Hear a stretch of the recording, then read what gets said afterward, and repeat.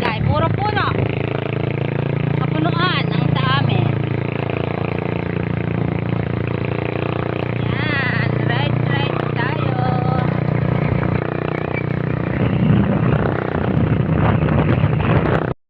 Yan mga day. Luto ng ating ulam. Yan ang finished product ng ating chop suey mga day. Yan mga day. Nagpiprito ako ng danggit. Danggit ba ito mga day? Yung sap-sap na maliliit. Yan, pang terno sa ating gulay mga day. Sarap nito. Taga-taga lang. Maliliit lang sila mga day. Yan.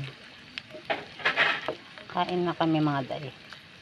Hinuli ko to para mainit-init pa habang kumakain. Para hindi sila umano. Ano ba yun? Kumunat. Ay, tumigas. Para hindi kumunat. Masarap yung katuluto kakain ka. Yan. Danggit. Sap-sap sa amin mga day. Sa ibad ata, danggit ata to. Ewan ko kung danggit ba tao sa kanila. Hindi ko alam. Pero sa amin, tao dito mga day. Mga sap-sap. Sa ibang lugar, danggit ata ang tao dito. Sarap niya.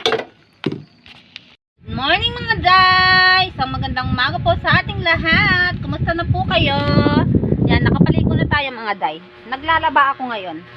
Luto na rin ng pagkain ng aking anak. Ayan. Nagsaing na yung isa at yung isa nagluto na ng ulam. Ayan. Yung pangalawang bunso ko mga day, marunong na siya magluto. Ayan. Nagluto yung panganay ko. Para sa gabi yan. Ito. Ulam namin ngayong tanghalian. Kain tayo ng tanghalian. Hey! Hindi ka na kakain. Kakain na maya. Kayla! Kain na tayong dalawa! Kumain na pala sila eh! Kang! Kakain pa niya. Kain na tayo! Kain na tayong dalawa, tayo na lang pala hindi kumakain eh!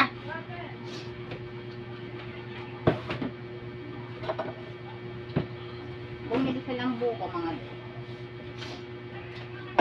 Masarap pati buko na to.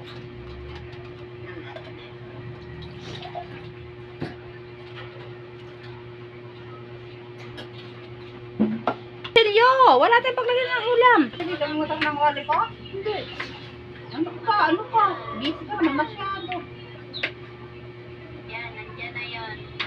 Kain na kang! Thank you for watching mga day. Please like and subscribe on my YouTube channel. Bye!